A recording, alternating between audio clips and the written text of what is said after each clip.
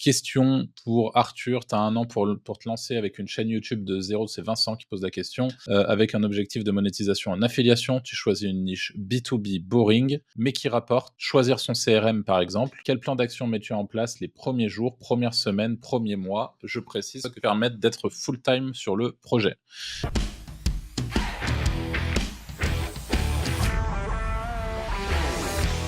Alors déjà, bonne chose de pouvoir être full-time parce que full-time, en tout cas concentré, qu'on soit en full-time ou pas. C'est-à-dire que même si, j'ai déjà, un CDI par exemple et que je lance un side business, c'est important d'être concentré sur un seul projet et pas d'en avoir 10 000. Je pense qu'il y a encore malheureusement trop de gens qui ont pas du tout conscience de à quel point cette information-là est capitale, dans la réussite de vos side business. Et donc pour te répondre, Vincent, ce que je ferais, c'est que dans l'immédiat, j'irais rechercher, avec notamment, ChatGPT Deep Search, des chaînes. Je lui poserai la question avec le Deep Search, donc la recherche approfondie, de me sortir des chaînes anglophones sur YouTube, des chaînes, peut-être hispanophones, peut-être russes également, qui traitent le sujet du CRM uniquement, dans son contenu. Et j'essaierai de trouver des chaînes affiliées qui, grosso modo, font exactement ce que tu me dis là, de manière à me baser sur de la data existante. J'en avais parlé notamment, lors de la conf qu'on avait fait ensemble avec Franck sur le dernier Wizards Event. Partir de la data existante et analyser des anomalies de marché sur YouTube, sur des vidéos qui surperforment, au sein de l'algorithme et qui vont avoir beaucoup plus de vues, par exemple, que le nombre d'abonnés de la chaîne. Voilà, des vidéos, voilà, je vais essayer d'identifier des vidéos qui sont importantes à faire rapidement pour moi sur cette chaîne YouTube. Et donc, identification de l'opportunité. Et pour ça, je pars de l'existant. Une fois que c'est fait, je vais moi-même aller rechercher si sur le marché francophone, mais je le fais en second temps, il y a déjà du contenu. S'il y a déjà des gens qui font ça, j'analyse un peu leur manière d'approcher les choses. Donc, il y a d'abord une grosse partie qui concerne l'analyse concurrentielle. On va dire que ça va être peut-être les premiers jours, de mon projet. Et une fois que ça c'est fait, je vais chercher à, le plus possible, templétiser, on va dire, les reviews que je vais pouvoir faire sur les différents CRM. C'est-à-dire que et je vais tout le temps chercher, à regarder où est le niveau standard de la vidéo sur ce sujet-là. Donc, par exemple, sur le CRM, même si c'est ultra boring et tout, quel est le niveau standard? Est-ce que c'est quelqu'un qui se filme en train de regarder le CRM? Est-ce que machin? Et je vais essayer de faire un poil mieux. Non pas dans la qualité, sur la forme, mais vraiment sur le fond et sur ce que je transmets. Je veux vraiment que les gens se disent ok, c'est vraiment carré l'analyse qu'il nous fait, ça a vraiment du sens et c'est pas juste une énième vidéo qui est juste là pour ranker, si tu veux. On est vraiment là pour apporter de l'insight sur l'outil, donc potentiellement l'acheter, le tester, contacter les CRM en avance en disant voilà, je monte un projet là-dessus, j'ai besoin que vous me donniez un accès à votre CRM, même si c'est momentané, que je puisse le présenter en profondeur, etc. Et je vais me mettre à faire en effet des reviews sur les différents CRM. Et la seule chose, on va dire, que je vais faire en l'occurrence, c'est prévoir de les comparer. Donc peut-être faire des contenus où je prends le CRM le plus important, qui a le plus de réputation, et je vais le comparer avec un plus petit CRM. Donc je vais faire machin versus machin. Quel est l'avantage du CRM machin? J'ai testé le CRM machin pendant 2 mois. Voici mon retour d'expérience. Tu vois, ce genre de vidéos, c'est des vidéos qui fonctionnent bien chez des gens qui cherchent des insights sur des outils, etc.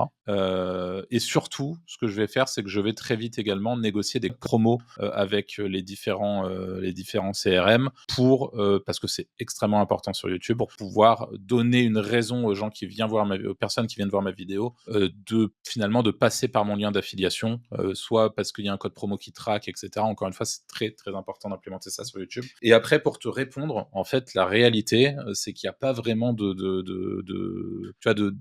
d'organisation en semaine, en tout cas de mon point de vue. Je pense qu'on va poser la même question à Franck et Anto derrière. Mais moi, c'est une fois que tu as identifié les opportunités, que tu connais ta niche, et ben c'est itérer, te fixer un rythme, te tenir à ce rythme, et après on est parti pour le marathon. Si tu as du temps et que tu es vraiment full time, bah, c'est minimum une vidéo par jour, franchement, hein. C'est minimum une vidéo par jour que vous devez publier sur votre chaîne. Si jamais vous n'êtes pas en full time, en tout cas sur de l'affiliation comme ça, si jamais tu n'es pas en full time et que c'est un side business, bah, tu peux te fixer une vidéo par semaine, 2 vidéos par semaine, où tu prends un petit peu de temps pour faire des reviews. Et une fois que c'est fait, en fait, derrière, c'est rythme de croisière. S'il y a une nouvelle nouveauté qui sort sur un des CRM qui font partie de ton écosystème d'affiliation, hésite pas à traiter la nouveauté comme une actu. Tel CRM implémente ce nouveau truc, j'ai testé la fonctionnalité, tu peux en parler, ça peut te faire du contenu aussi. Et voilà, derrière, c'est vraiment le marathon, et il va falloir que tu continues à publier et à exister sur ta niche et à faire du bon travail. Et c'est une niche qui peut, en l'occurrence, clairement payer, quoi. Je sais pas si vous avez des petites choses à rajouter, des choses que vous feriez peut-être différemment là-dessus, les gars. Tu ferais une vidéo par jour quand même, autant? Ouais, je te donne un exemple, J'avoue, mais si t'as moi, le temps, en vrai.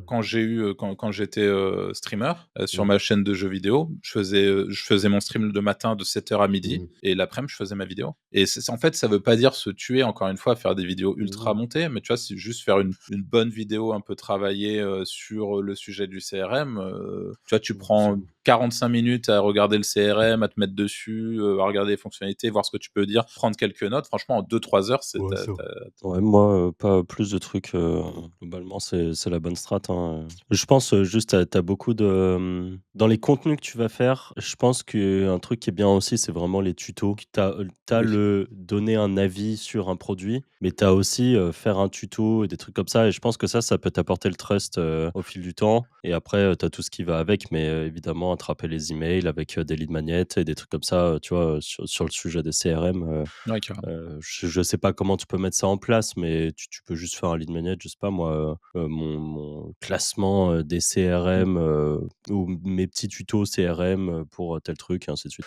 Faut trouver un axe, je connais pas le sujet donc Moi, on peut faire le parallèle avec la première question de Patrick qui parle de System.io. Si vous êtes curieux de voir un Mmh. petit peu à quoi ça peut ressembler, System.io, c'est une niche en affiliation parce qu'il rémunère très bien. Il donne 60% de rémunération sur les abonnements en affiliation, donc c'est juste colossal. Donc il y a beaucoup de gens, et vous pouvez aller regarder, qui sur YouTube font des tutos justement sur System.io et qui ont même des chaînes entièrement spécialisées System.io.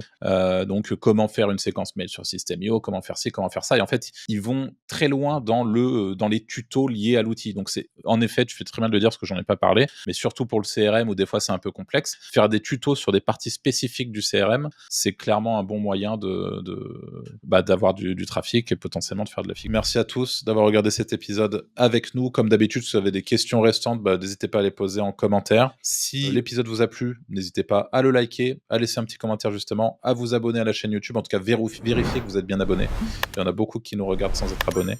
Partagez l'épisode autour de vous et puis pourquoi pas laisser les petites étoiles sur les plateformes d'écoute. Nous, on se dit salut. Salut.